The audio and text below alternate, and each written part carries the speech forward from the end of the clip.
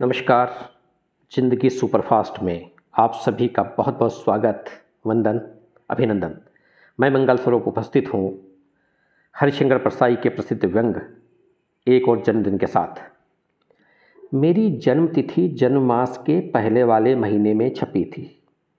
अगस्त के एक दिन सुबह कमरे में घुसा तो देखा एक बंधु बैठे हैं और कुछ सकुचा से रहे हैं और वक्त मिलते थे तो बड़ी बेतकल्लुफ़ी से हंसी मजाक करते थे। उस दिन बहुत गंभीर बैठे थे, जैसे कोई बुरी खबर लेकर आए हों। वे उठे, झोले से गुलदस्ता निकाला और मेरी तरफ बढ़े। मैंने पूछा, यह क्या मामला है? वे बोले, आपका जन्मदिन है ना? मैंने कहा, अच्छा, मुझे ध्यान ही नहीं था। उन्होंने मन में कहा होगा, पाखंडी, रात भर उत्सुकता से सोया नहीं होगा, कहता है ध्यान नहीं था। उनका गुलदस्ता देने का शायद पहला ही मौका था और मेरा लेने का। दोनों से नहीं बन रहा था, दोनों को अटपटा सा लग रहा था। बबूल की डाल को तो कांटे बचाकर लिया जा सकता है, मगर फूलों को बचाकर गुलदस्ता कैसे लिया जाए, इसके लिए अभ्यास चाहिए। कुछ लोग इस अदा से गुलदस्ता लेते हैं जैसे माँ के पेट से गुलदस्ता लेते रहे हों। एक नेता के बेटे को रेडीमेड नेता होना था। वह 17-18 साल की उम्र में ही बूढ़ों की तरह गुलदस्ता लेने लगा था।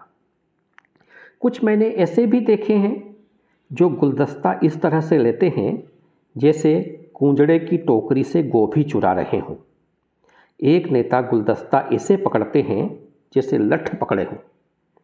एक को मैंने हथेलियाँ खोलकर कथा के प्रसाद की तरह गुलदस्ता लेते देखा। एक और हैं जो गुलदस्ता लेकर उसे नाक में घुसेड़ने की कोशिश करते हैं। अभी तक वे सफल नहीं हुए, पर नथुने चौड़े जरूर हो रहे हैं। ईश्वर ने चाहा और उन्हें गुलदस्ता देने वाले बने रहे तो मरने के पहले वे जरूर गुलदस्ते को नाक में घुसेड़ लेंगे। हम दोनों नौसिखियों की अदाकारी शुरू हुई। दोनों मुस्कुराए। उन्होंने एक पाँव आगे बढ़ाया तो मैंने भी बढ़ा दिया। मैं झुका तो वे भी झुक गए। उन्होंने घुटना मोड़ा तो मैंने भी मोड़ लिया। मैंने गुलदस्ता ले लिया और हम दोनों बड़ी देर तक हैं करते रहे। उम्मीद है अगले साल हम दोनों बेहतर अदाकारी करेंगे।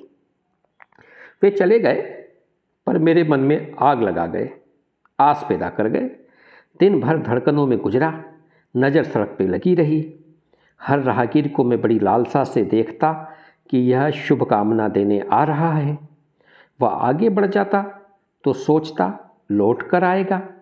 पोस्टमैन और तार वाले की राह देखता रहा, मगर शाम हो गई और कोई नहीं आया। गुलदस्ते का अपशकुन हो गया था। कुल एक तार और 3 चिट्ठियाँ आई। जन्मदिन को सीरियसली नहीं लिया गया। तो अभी हमने सुना हरिशंकर परसाई साहब का व्यंग एक और जन्मदिन। तो साहब, गुलदस्ता लेना जन्मदिन के दिन, ये भी अपने आप में एक अदाकारी है, एक कला है। इसके लिए अभ्यस्त होने की ज़रूरत होती है। और ख़ास करके मध्यम वर्गीय लोग जो नए नए गुलदस्ते लेते हैं, उनके साथ लगभग वैसी ही स्थिति बनती है जैसी लेखक ने, व्यंग्यकार ने इस व्यंग के माध्यम से प्रस्तुत की। तो आशा है कि आपको आपके जन्मदिन पर गुलदस्ते भी मिलते रहें और आप एक अच्छे अदाकार की तरह गुलदस्ते लें। तो आपने इस व्यंग को, हल्के फुल्के व्यंग को सुना। मैं आशा करता हूं कि आपको पसंद आया होगा।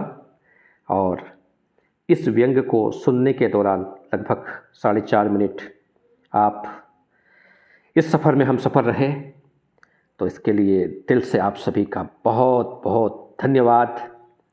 प्रणाम।